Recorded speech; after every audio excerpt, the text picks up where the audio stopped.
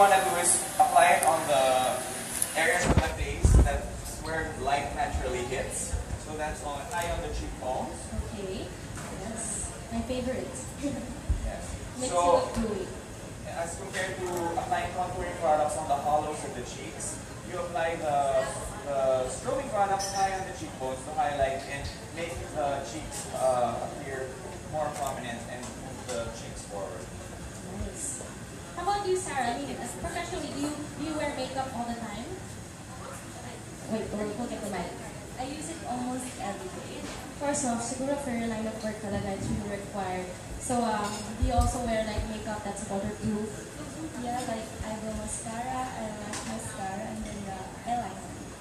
Okay. And then, of course, at the end of the day, after your work, you have to remove makeup in the house. So, do you have any like ritual or cleansing regimen sa makeup mo? First, I use makeup remover, and then facial wash, and then toner. Okay, so you also use pala makeup remover. So, is it like a cream base, oil base ba? It is a cream type remover. Okay, can you share with us your experience like using a cream based makeup remover? It's really sticky on my face, and especially when I use it on my eyes, and when I open my eyes, it's blurred. Actually, I experienced that also. Pero when I used to try that, it's kind of nakakti sa eyes, right? Alright, so Jigs, what are we doing next? My next step is I'm applying concealer. So I'm just using a small fluffy brush to apply the concealer on the under eye area. So just swirling the brush underneath just to cover up any dark circles.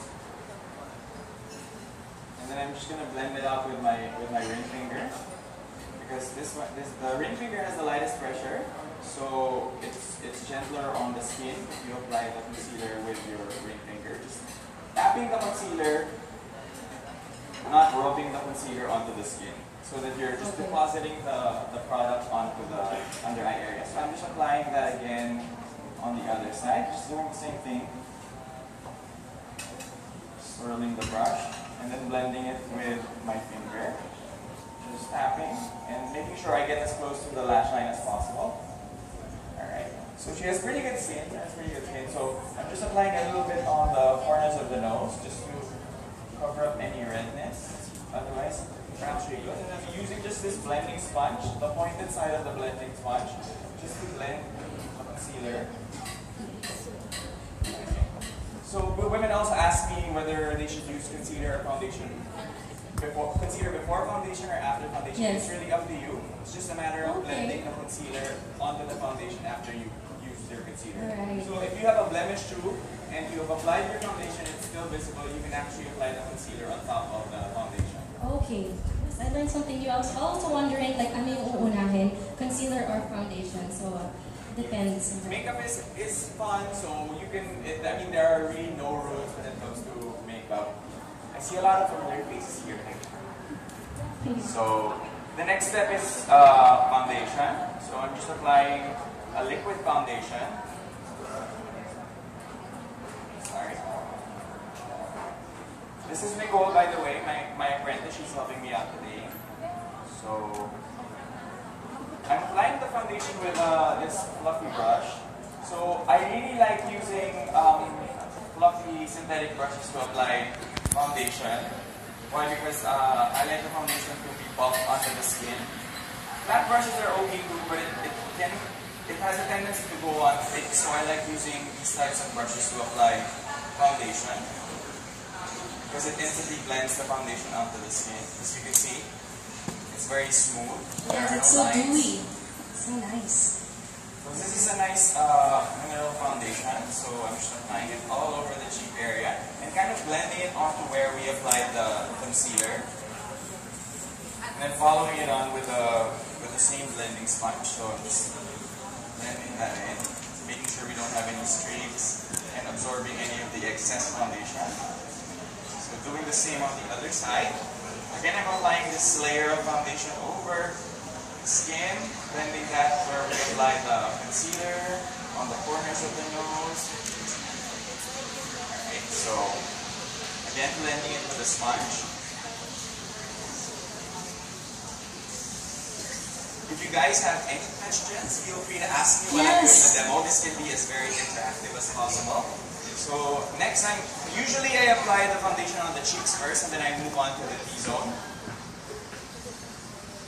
But again, there are no hard and fast rules when it comes to makeup. Just as long as everything is blended, you can also start off with the T-zone.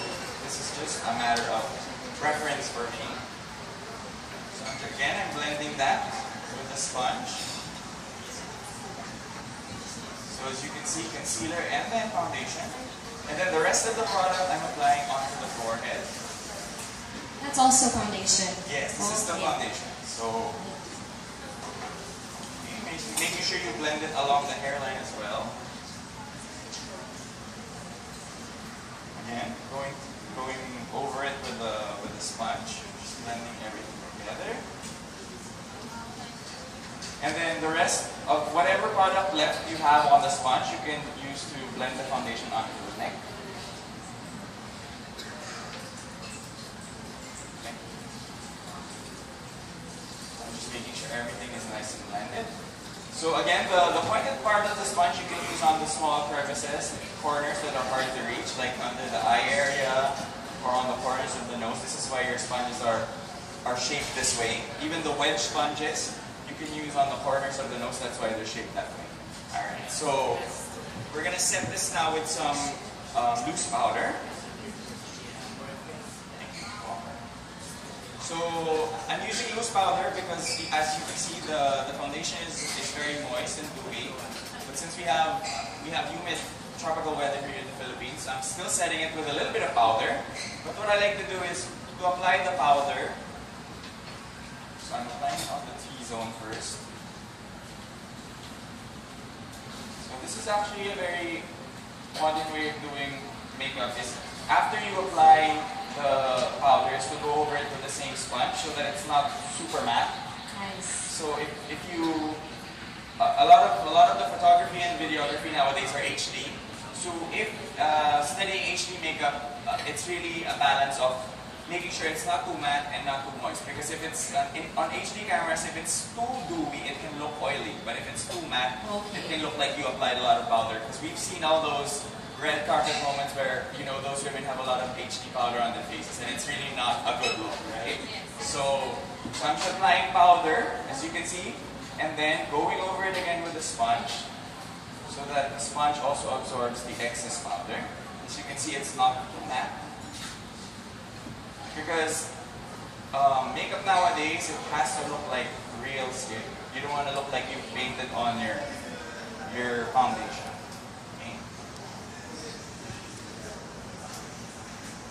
We've used a lot of products, but you can see it still looks like actually there are lots of layers already, but it still looks like very natural. Yes. So I'm just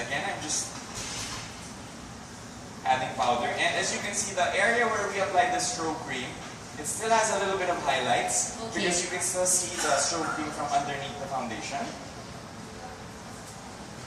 So it still looks very natural. Yes. Guys, girls, if you have any questions, feel free to ask Sir Jigs. This is your time. Sir Jigs. You know, this is our time to know. Just call me Jigs, it's fine. Alright. Okay, so I'm just applying that to the other eye. And again, as you can see, even if I'm using the damp sponge that we use with foundation, it doesn't take out the powder. So it still looks pretty much natural, matte. Not too matte. So there. So next I'm just applying a little bit of lip balm. I like using balm before I do the rest of the makeup. Usually when I do skincare or after I've done foundation. Why? Because I like letting the lip balm sit on the lips, as opposed to applying your lip balm right before you apply your lipstick. I mean, you're just kind of topping the lips with the lip balm. The products haven't really fully absorbed onto the lips. So I like soaking the lip balm onto the lip and doing the rest of your makeup.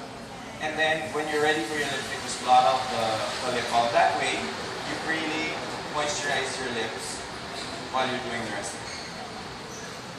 Alright, so I'm just applying the lip balm. So now we go to the fun part. We're going to start in the eyes. So I'm just going to use this paint pot. It's a brown paint pot which I use as a makeup base. So I'm just using it with another fluffy makeup brush, but this time it's an eyeshadow brush. just applying it all over the lids. And Yes. another great thing. We have a question. Hello. Yes. Hi. Does our mic reach them? Hello. Good That's afternoon. Miriam from Cosmo.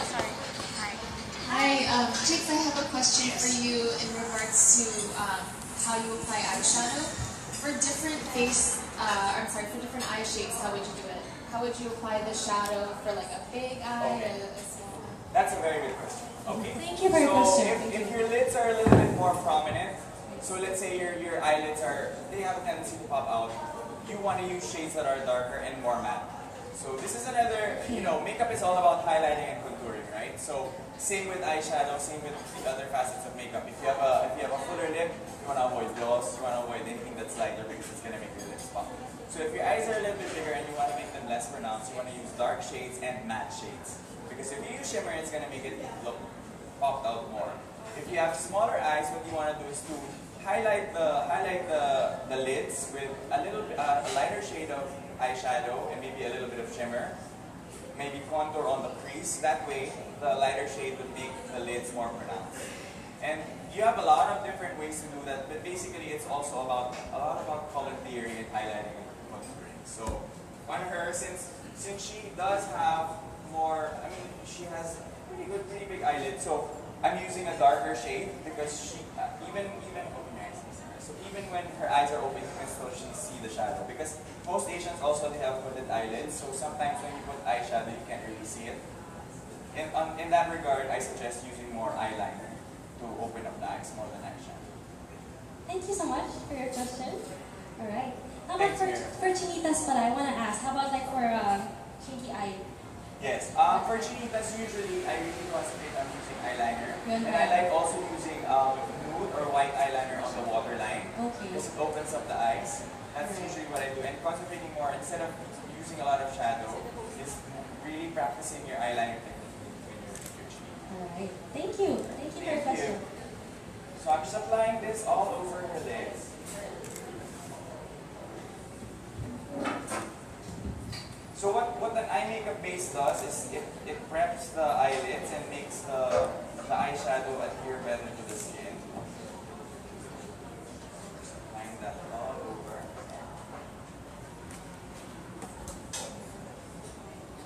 And what's great about not applying too much powder, like if you powder down the skin too much and you make a mistake, let's say on the eyeshadow, it's harder to remove. So if it's not as powdered down like what we did earlier, if you make a mistake, it's actually easier to correct as compared to having the face powdered down. If you make a mistake, it's gonna end up be cracking.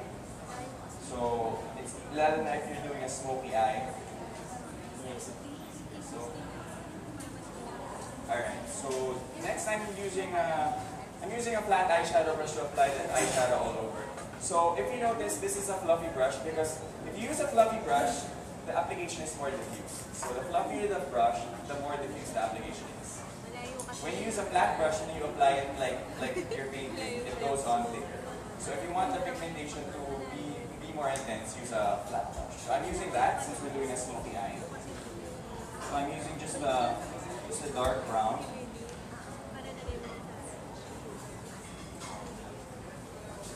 So eyeshadow brushes, most of them are shaped like this. They're curved, so it follows the contours of the eyes. I'm just tapping that onto the area where we apply the eye makeup base. And what you want to do also, if you have any shadow fallout, is you just brush it off, clean as you go.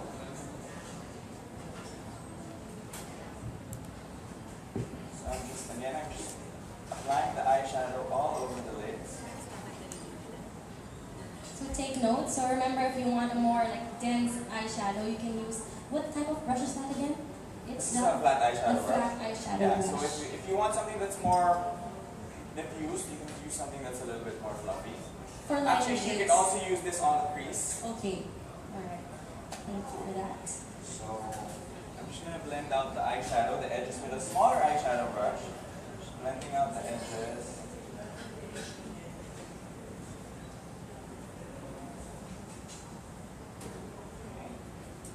This is the perfect look, of course, for the night look. when you go out. Yeah. So I'm just blending that out. Just brushing out the excess shadow. Voila. Doing the same on the other eye. So usually kasi when we wear night makeup, or it's usually thicker, like we wear a smoky eye. Yes. So do you really need a proper makeup remover for that? Or like what other alternatives do you use?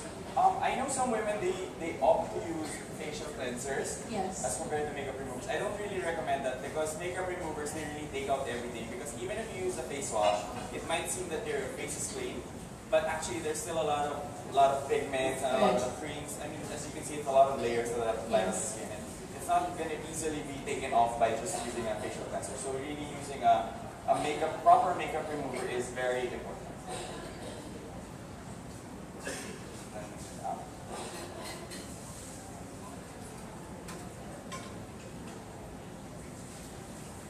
Sometimes I have my own experiences. Like after work, I'm really tired from taping, and I used to wear thick makeup. And sometimes I honestly just use my facial wash, and hindi pa rin natatanggal, especially the mascara in the dark area. So I actually tried Bior for like a month, and I've been using it.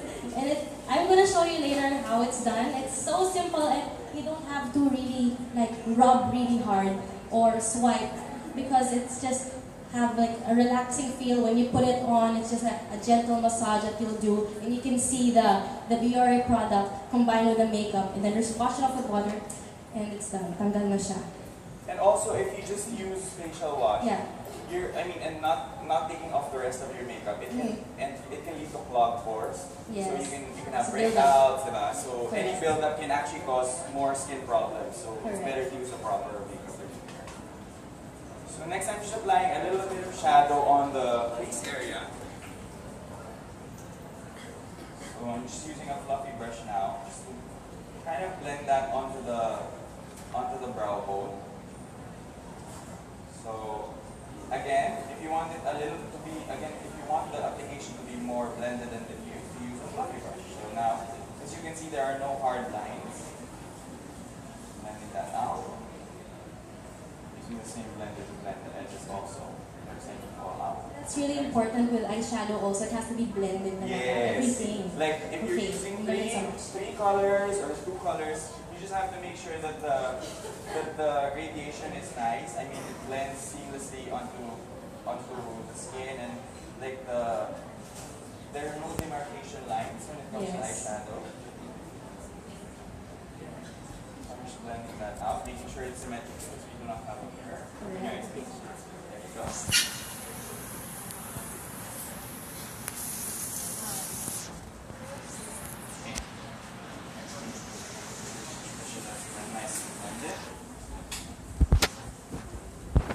Okay, next I'm just highlighting the brow bone.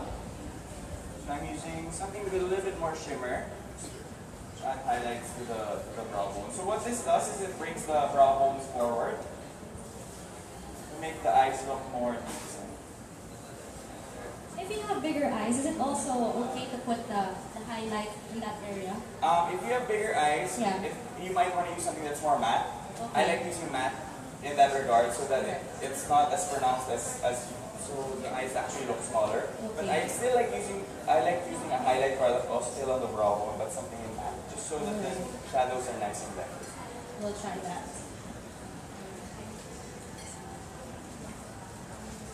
So right now you're putting a little bit of shimmer just